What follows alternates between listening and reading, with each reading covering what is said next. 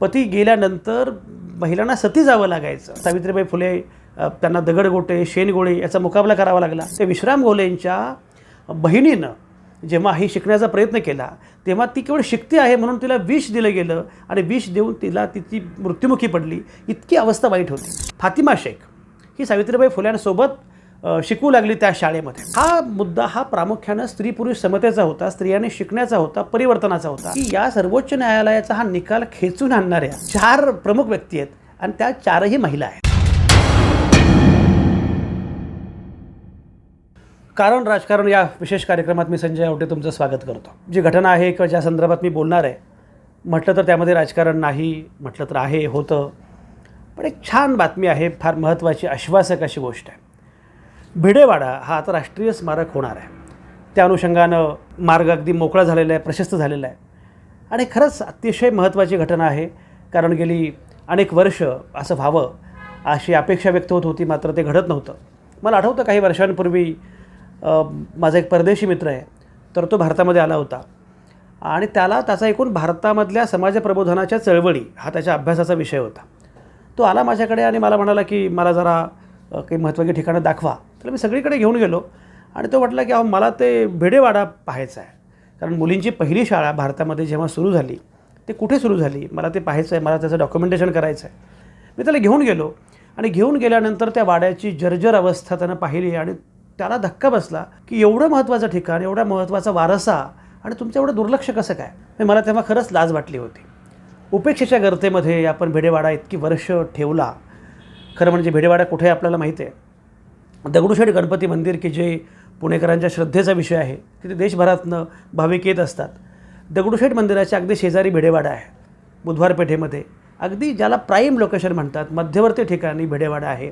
तिथं बऱ्यापैकी गर्दी, बऱ्यापैकी काय फारच गर्दी असते, वर्दळ असते, वाहतुकीची कोंडी असते. अशा ठिकाणी भिडेवाडा आहे. आणि हा भिडेवाडा जो आहे हा इतका महत्त्वाचा भिडेवाडा, पण त्याचं राष्ट्रीय स्मारक काही होत नव्हतं. त्याच्यामध्ये अनेक अडचणी होत्या. खरं म्हणजे 2006मध्ये हा पहिल्यांदा मुद्दा पुढे आला. महानगरपालिकेनं ठराव केला की भिडेवाड्याचं राष्ट्रीय स्मारक केलं पाहिजे. एवढा महत्त्वाचा वारसा आहे. मुलींची पहिली शाळा सुरू झालेली आहे. पण 2006 ते 2023 एवढी वर्ष लागली आणि आता हा निकाल आला आहे. लोकमतमध्ये तुम्ही वाचलं असेल की सर्वोच्च न्यायालयानं जाहीर केलं आणि सांगितलं निकालपत्रामध्ये की महिनाभरात भिडेवाड्याचा ताबा सोडा. जे याचिकाकर्ते होते ते याचिकाकर्त्यांनासुद्धा सुनावलं की तुम्हाला दंड केला पाहिजे. आणि एवढंच नाही, खरं म्हणजे त्या याचिकाकर्त्यांनी किंवा यांनी जवळपास 5-6 महिने मागितले होते, पण महिनाभरामध्ये हे हस्तांतरण झालं पाहिजे. आणि जर ते केलं नाही तर पालिका जबरदस्तीनं वाड्याचं भूसंपादन करेल, असाही निकाल सर्वोच्च न्यायालयाने दिला. ही फार महत्त्वाची गोष्ट आहे. किंवा आता पुढच्या अनेक गोष्टी सोप्या होतील, सुकर होतील आणि म्हणून ही आनंदाची गोष्ट मुद्दाम सांगितली पाहिजे. गंमत बघा, भिडेवाडा खरं म्हणजे 1848ची ही गोष्ट आहे. 1 जानेवारी 1848ला महात्मा फुल्यांनी भिडेवाड्यामध्ये मुलींची पहिली शाळा सुरू केली. मुलींची पहिली शाळा त्यावेळी सुरू करणं ही किती कठीण गोष्ट आहे याचा आजही आपण अंदाज बांधू शकतो. 1 जानेवारी 1848ला जेव्हा महात्मा फुल्यांनी मुलींची पहिली शाळा सुरू केली तेव्हा त्याचा ज्ञानोदयमध्ये थोडासा उल्लेख दिसतो. आणि ज्ञानोदयनं 15 सप्टेंबर 1853च्या अंकामध्ये महात्मा फुल्यांचं तेव्हाचं भाषण केलेले प्रसिद्ध. आणि त्या भाषणामध्ये महात्मा फुले असं म्हणतात की खरं म्हणजे मुलींची पहिली शाळा सुरू करणं फार आवश्यक यासाठी आहे, कारण मुळामध्ये मुली शिकल्याशिवाय आपल्याला पुढं जाता येणार नाही आणि परिवर्तन होणार नाही. आणि म्हणून मुलींची पहिली शाळा मी सुरू करतो आहे, मुली शिकल्या पाहिजेत. पण हा तेव्हाचा काळ आहे की ज्या कालखंडामध्ये चूल आणि मूल याच्या पलीकडे मुलींनी काही करणं अपेक्षित नव्हतं. एवढंच नाही तर जिथे अनेक जातींमध्ये पती गेला त्याच्यानंतर महिलांचं केशवपन व्हायचं. पती गेल्यानंतर महिलांना सती जावं लागायचं आणि सती जात असताना महिला अक्षरशः तिला जिवंत जाळलं जायचं. आणि तेव्हा एवढ्या मोठमोठ्या आवाजामध्ये ढोल वाजवले जायचे की तिचं आक्रंदन कोणाला ऐकूसुद्धा येऊ नये.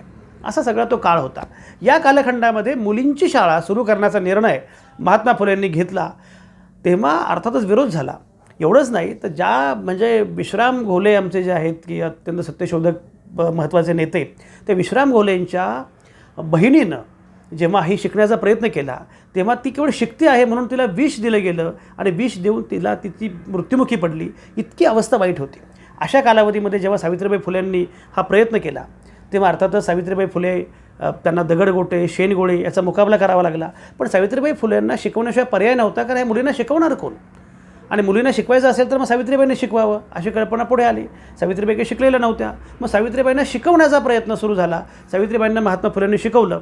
आणि केवळ महात्मा फुलेंनी शिकवलं नाही, केशव शिवराम भवाळकर आणि सखाराम यशवंत परांजपे यांनी पण शिकवलं. म्हणजे मुद्दा मी लक्षात घेतलं पाहिजे की हा कुठल्या जातीचा जातीविरोधातला मुद्दा नव्हता. मी तेव्हा महात्मा फुलेंचे जे सहकारी होते त्यामध्ये सखाराम यशवंत परांजपे होते, मोरोपंत विठ्ठल वाळवेकर होते, सदाशिव बल्लाळ गोवंडे होते, असे सगळे ब्राह्मण सहकारी होते. पण म्हणजे ब्राह्मण सहकारीसुद्धा होते. मुद्दा असा की या सगळ्यांनी मिळून हा प्रयत्न सुरू केला की आपल्याला हे करायचं आहे. आणि मग सावित्रीबाई पुढे आल्या. एवढंच नाही, मी पहिली जागा दिली मुलींच्या शाळेसाठी भिड्यांनी, नंतर पुढची जागा दिली चिपळूणकरांनी, त्यानंतर उस्मान शेख नावाचा एक सहकारी महात्मा फुल्यांचा तो पुढे आला, त्यानं जागा दिली. आणि या उस्मान शेखची बहीण फातिमा शेख ही सावित्रीबाई फुल्यांसोबत शिकू लागली त्या शाळेमध्ये. मी गंमत बघा की हा मुद्दा कुठल्याही जातीचा नव्हता, कुठल्याही धर्माचा नव्हता. सगळ्याच प्रकारचे लोक पुढे आले होते. त्या सगळ्यात महत्त्वाचा मुद्दा असा होता की मुलींनी शिकलं पाहिजे, महिलांनी शिकलं पाहिजे. एक मजा बघा, मी सावित्रीबाई आणि फातिमा शेख जेव्हा शिकू लागल्या तेव्हा त्यांचं वय किती होतं? अवघ्या 17-18 वर्षांच्या होत्या त्या. मुक्ताबाई साळवे ही त्या शाळेतली विद्यार्थिनी. ताराबाई शिंदे या त्या शाळेमध्ये शिकवत होत्या. ताराबाई शिंदे त्याच की ज्यांनी स्त्री पुरुष तुलना असा निबंध लिहिला. एक लक्षात घेतलं पाहिजे की हे मी मुद्दाम सांगतो यासाठी की हा मुद्दा हा प्रामुख्यानं स्त्री पुरुष समतेचा होता, स्त्रियांनी शिकण्याचा होता, परिवर्तनाचा होता. आणि महात्मा फुलेंना माहिती होतं की विद्येविना मती गेली, मतीविना गती गेली, गतीविना वित्त गेले, वित्ताविना शूद्र खचले, एवढे सारे अनर्थ एका अविद्येनं केले. त्यामुळे जर अविद्या आहे ती अतिशय घातक आहे आणि शिक्षण हा सगळ्या गोष्टीवरचा मार्ग आहे हे फुलांना कळालेलं होतं. आणि म्हणून मग त्यांनी हे सगळे प्रयत्न सुरू केले. आणि हे होत असताना महिला पण शिकल्या पाहिजेत, मुली पण शिकल्या पाहिजेत असा प्रयत्न त्यांनी केला. गंमत बघा, मी हे नेहमी सांगतो की मुळात हा मुद्दा जातीचा नव्हता, धर्माचा नव्हता. म्हणजे रमाबाई डोंगरे नावाची एक विदुषी की जिचं मराठीवर प्रभुत्व, संस्कृतवर प्रभुत्व, इंग्रजीवर प्रभुत्व, अशी विदुषी तिनं ब्राह्मण स्त्रियांवर होणारे अत्याचार याच्यावर हायकास्ट हिंदू विमेन नावाचं पुस्तक लिहिलं. आणि कशा प्रकारचे अत्याचार एक लक्षात घ्या, म्हणजे उलटपक्षी त्या कालावधीमध्ये ब्राह्मण स्त्रियांवर जास्त अत्याचार होत असत. सती, केशवपन या सगळ्या ज्या प्रथा आहेत, या प्रथा प्रामुख्यानं त्याचा फटका ब्राह्मण स्त्रियांना बसला होता. रमा माधव आपण एवढं कौतुक करत असतो, माधवराव पेशवे, रमाबाई. पण रमाबाई पेशव्यांनासुद्धा 20व्या-21व्या वर्षी सती प्रथेखाली जिवंत जाळलं गेलं. हा सगळा जो इतिहास आहे तो इतिहास आपण लक्षात घेतला तर त्या कालावधीमध्ये या स्वरूपाचं काम करणं किती महत्त्वाचं होतं हे लक्षात घेतलं पाहिजे. आणि त्या कालावधीमध्ये या प्रकारचा प्रयत्न महात्मा फुल्यांनी केला म्हणून याचं जास्त कौतुक आहे. कारण भिडेवाड्यामध्ये ही शाळा सुरू झाली, मुलींची पहिली शाळा. अवघ्या 6 मुली होत्या पहिल्या शाळेमध्ये. पण त्या सगळ्या मुली ज्या आहेत त्या शिकत होत्या, कुठल्याही विरोधाला न जुमानता शिकत होत्या. सावित्रीबाईंनी ज्या पुण्यामध्ये शेणगोळे दगडगोटे खाल्ले त्याच पुण्यामध्ये अखेर पुणे विद्यापीठाला सावित्रीबाई फुल्यांचं नाव द्यावं लागलं. हा काव्यगत न्याय आहे, हा पोएटिक जस्टिस आहे. हा न्याय मिळाला, हा पोएटिक जस्टिस वगैरे सगळं ठीक आहे. पण जिथे पहिली शाळा सुरू झाली त्या शाळेच्या ठिकाणी मात्र काहीच घडत नव्हतं. उलटपक्षी तिथली अवस्था अतिशय वाईट होती. बरं, मगाशी मी जो मुद्दा मांडला की हे एका अर्थानं फार मध्यवर्ती ठिकाण आहे. आणि मध्यवर्ती ठिकाण असं म्हटलं की त्या जागेकडे अनेकांचं लक्ष असतं. त्यामुळे असेल अनेक कारणं होती. काही आर्ग्युमेंट्स, काही युक्तिवाद जे याचिकाकर्त्यांनी केले त्यामध्ये तथ्य पण होतं. त्यांचाही मुद्दा होता की परंपरागत इथं राहणारे लोक आहेत, त्यांचे तिथे दुकानदार आहेत, बाकीचे पण गोष्टी आहेत, त्यांचं पुनर्वसन हाही मुद्दा महत्त्वाचा आहे. पण तरीसुद्धा या अवस्थेमध्ये भिडेवाडा असणं हे अत्यंत वाईट होतं. आणि त्याच्या अनुषंगाने चर्चा सातत्याने होत होती पण घडत काहीच नव्हतं. भिडेवाड्याचं स्मारक होणं हा मुद्दा केवळ महत्त्वाचा नाही आहे. उलटपक्षी आपल्याकडे स्मारक, पुतळे यांचं बरंच कौतुक असतं. त्याहीपेक्षा हे केवळ प्रतिकात्मक नाही आहे. मुळात जिथे पहिली शाळा सुरू झाली, मी आत्ता अशी अवस्था आहे, आम्ही लोकमतच्या वतीने एक सर्वेक्षण केलं की मुलींची पहिली शाळा कुठे सुरू झाली, भिडेवाडा कुठे आहे. तर अगदी भिडेवाड्याच्या परिसरात राहणाऱ्या पेठांमधल्या तरुण मुलामुलींना किंवा शालेय मुलामुलींनासुद्धा भिडेवाडा कुठे आहे आणि मुलींची पहिली शाळा सुरू कुठे झाली हे माहितीच नाही आहे. हे किती वाईट आहे की जिथे मुलींची पहिली शाळा सुरू झाली त्याच परिसरामध्ये नव्या पिढीच्या हे गावीसुद्धा नाही आहे. अनेक पुणेकरांना माहिती नाही आहे, बाहेरून आलेल्या लोकांना तर अनेक ठिकाणी अनेकदा माहिती नसतंच आहे. त्यामुळे प्रश्न असा आहे की हा वारसा जो आहे हा वारसा जतन केला पाहिजे. आणि त्या निमित्तानं प्रत्येकाला हे समजलं पाहिजे, प्रत्येकीला हे समजलं पाहिजे की हा संघर्ष त्या कालावधीमध्ये केला गेला, कशाप्रकारे हा लढा उभारला गेला, कशाप्रकारे शाळा उभी झाली. आणि म्हणून हा सगळा संघर्ष फार महत्त्वाचा होता. मगाशी उल्लेख झाल्याप्रमाणे मुळात जेव्हा 2006मध्ये या प्रकारचा ठराव महानगरपालिकेने केला तेव्हा एका खाजगी बँकेच्या ताब्यामध्ये भिडेवाडा होता. त्याच्यानंतर बऱ्यापैकी संघर्ष झाला. जवळपास 2010ला साधारणपणे न्यायालयामध्ये प्रकरण गेलं, कारण त्याच्या विरोधामध्ये म्हणजे महापालिकेनं ठराव केला की भिडेवाड्याचं राष्ट्रीय स्मारक झालं पाहिजे, पण त्याच्या विरोधामध्ये काही लोक न्यायालयामध्ये गेले. 2010 ते 2023 या 13 वर्षांमध्ये 80 सुनावण्या झाल्या.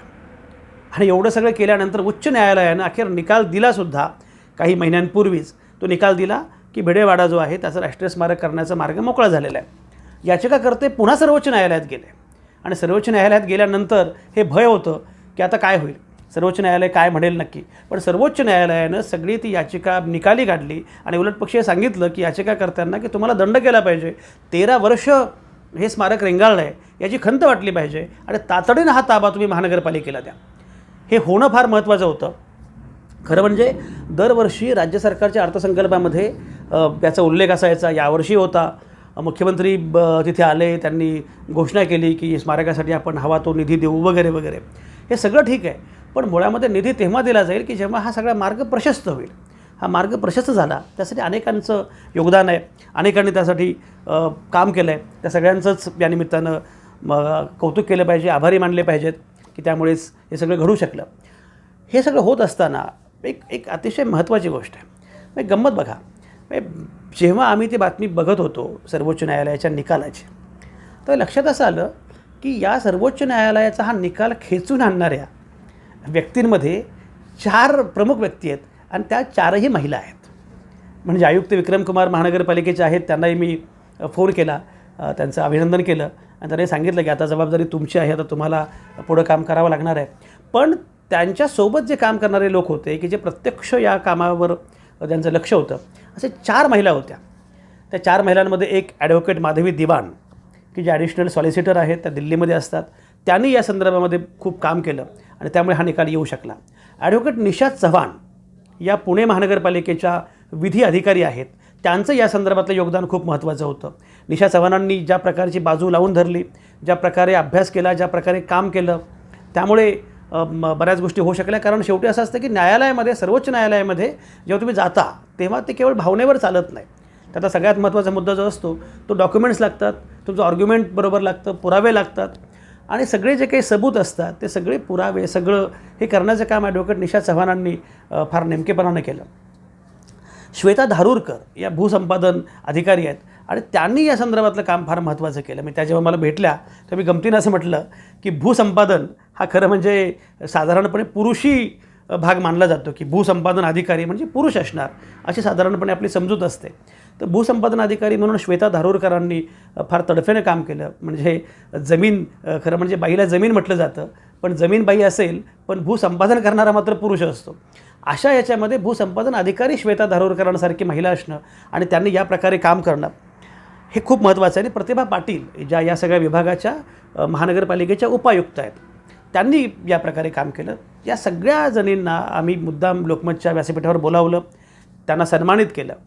तेव्हा त्यांची भावना ही होती की आम्ही आज जे काही आहोत ते सावित्रीबाईंमुळे आहोत. सावित्रीबाईंनी तेव्हा मुलींची शाळा सुरू केली नसती, तेव्हा हे सगळे बंध दूर झाले नसते, तर आम्ही हा खुला श्वास घेऊ शकलो असतो का? आज आम्ही ज्या काही आहोत त्या सावित्रीच्या लेकी आहोत. आणि म्हणून जर सावित्रीच्या लेकी आम्ही आहोत तर आम्हाला याचा अभिमान आणि आनंद आहे की आम्हाला काहीतरी करता आलं. ही शाळा या शाळेचं स्मारक व्हावं यासाठी आम्हाला काही करता आलं, याचा त्यांना खूप आनंद झालेला दिसत होता. आणि ही स्वाभाविक गोष्ट आहे. याच कार्यक्रमामध्ये आम्ही जेव्हा त्यांना लोकमतमध्ये बोलावलं तेव्हा लोकमतच्या व्यासपीठावर डॉक्टर बाबा आढावसुद्धा आले होते. बाबा आढावांचा या सगळ्या प्रक्रियेमधला एकूणच रोल, भूमिका खूप महत्त्वाची आहे. बाबा आढाव हे कष्टकऱ्यांचे नेते आहेत आणि त्यांनी जाहीरपणे सांगितलं की ज्याप्रमाणे या सावित्रीच्या लेकींनी हा विजय खेचून आणला आहे, आता आमच्या ज्या लेकी आहेत, कष्टकरी महिला आहेत, त्या सगळ्या माता भगिनी आता तिथे श्रमदान करतील, बौद्धिक दान करतील, वैचारिक दान देतील, जे जे शक्य ते देतील, पण हे स्मारक उभं राहील यासाठी प्रयत्न करतील. आणि हे स्मारक उभं राहण्यासाठी आत्ता सगळे समाज घटक बऱ्यापैकी पुढे आलेले आहेत. ही खूप चांगली आणि आनंदाची गोष्ट आहे. खरं म्हणजे आत्ता हे स्मारक खूप चांगल्या पद्धतीनं विकसित होऊ शकतं, खूप छान प्रकारे पुढं जाऊ शकतं. एक स्मारक कसं असावं, आणि आता काय होतं, स्मारकाच्या नावानं पैसा खूप येतो, पण मग स्मारकाच्या नावानं खूप भव्य इमारती उभ्या राहतात, देखावा खूप केला जातो, पण प्रत्यक्षामध्ये मात्र त्यातून मिळत काहीच नाही. हे स्मारक असं असलं पाहिजे की ज्याच्यामुळे प्रेरणा मिळेल, ज्यामुळे कोणालाही असं वाटेल की अरे स्त्री पुरुष समतेचा एक वेगळा संदेश देणारं असं हे स्मारक असलं पाहिजे. स्त्री सक्षमीकरणाचा संदेश देणारं असं हे स्मारक असलं पाहिजे.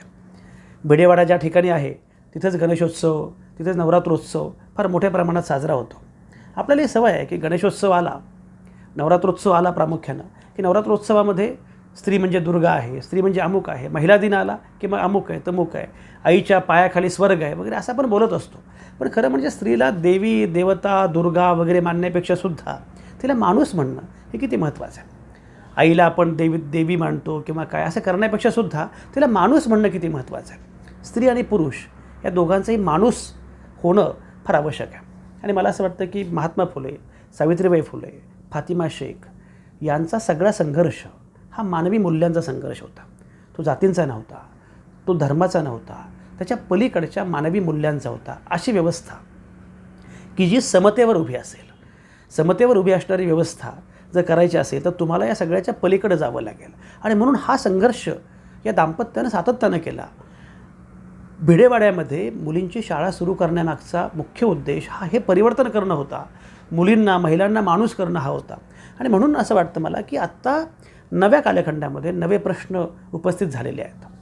मी खरं म्हणजे महिला आत्ता बाहेर पडल्यात, खूप छान काम करत आहेत. जी कामं अगदी पुरुषही करू शकत नाहीत अशी कामं अनेक ठिकाणी महिला करत आहेत. पूर्वी मला आठवतं की 10वी-12वीचा निकाल लागायचा तेव्हा मुलीत पहिली असं वेगळा निकाल असायचा. आता मुलात पहिला असं म्हणण्याची वेळ येते, कारण पहिल्या 5ही जवळपास मुली असतात. सगळ्याच ठिकाणी अशी अवस्था आहे. त्यामुळे मुलींनी, स्त्रियांनी आपलं कर्तृत्व सिद्ध केलेलं आहे, प्रामुख्याने शिक्षणामध्ये, बाकी सगळ्या ठिकाणी सिद्ध केलेलं आहे. असं सगळं असतानासुद्धा नवे संघर्ष वेगळेच निर्माण झालेले आहेत. अशावेळी जर नव्या संघर्षांचा मुकाबला करायचा असेल तर आपल्याला पुन्हा महात्मा फुलांकडे जावं लागतं, आपल्याला पुन्हा सावित्रीबाई फुलांकडे जावं लागतं. आणि म्हणून भिडेवाड्याचं स्मारक होणं हा केवळ प्रतिकात्मक मुद्दा नाही आहे.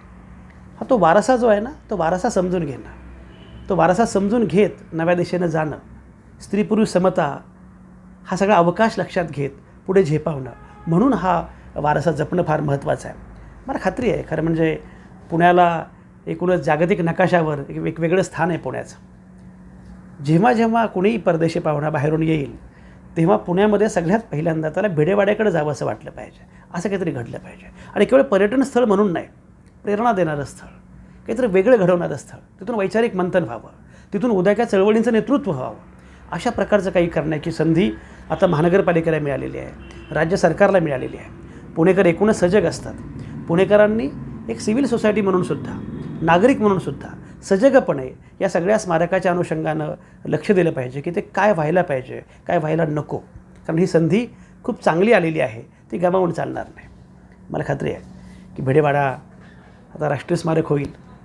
भिडेवाड्याची जी अवस्था होती, मी म्हटल्याप्रमाणे काही वर्षांपूर्वी जेव्हा माझा परदेशी मित्र आला तेव्हा भिडेवाडा दाखवताना मला लाज वाटली होती. पण मला खात्री आहे काही वर्षांनंतर मात्र तोच परदेशी मित्र किंवा दुसरा परदेशी मित्र माझ्याकडे येईल तेव्हा मात्र त्याला मी सन्मानानं, अत्यंत अभिमानानं तिथे घेऊन जाईन आणि सांगेन की हा तो भिडेवाडा, हा वारसा आहे पुण्याचा. पुण्यामध्ये इथे मुलींची पहिली शाळा सुरू झाली. मुलींची पहिली शाळा देशामध्ये पहिल्यांदा पुण्यात सुरू झाली. आणि मग त्यानंतर काय घडलं त्याला इतिहास साक्ष आहे. खरं म्हणजे बरंच बोलता येणं शक्य आहे, पण एवढं नक्कीच आहे की जे घडलेलं आहे ते अत्यंत आश्वासक आहे. त्याचं स्वागत केलं पाहिजे. आणि खात्री आहे की येणारा काळ हा त्याच महात्मा फुल्यांच्या, सावित्रीबाई फुलेंच्या वाटेवरून चालणारा असेल. त्यासाठी आपण सगळ्यांनीच एक पाऊल आणखी पुढे आलं पाहिजे.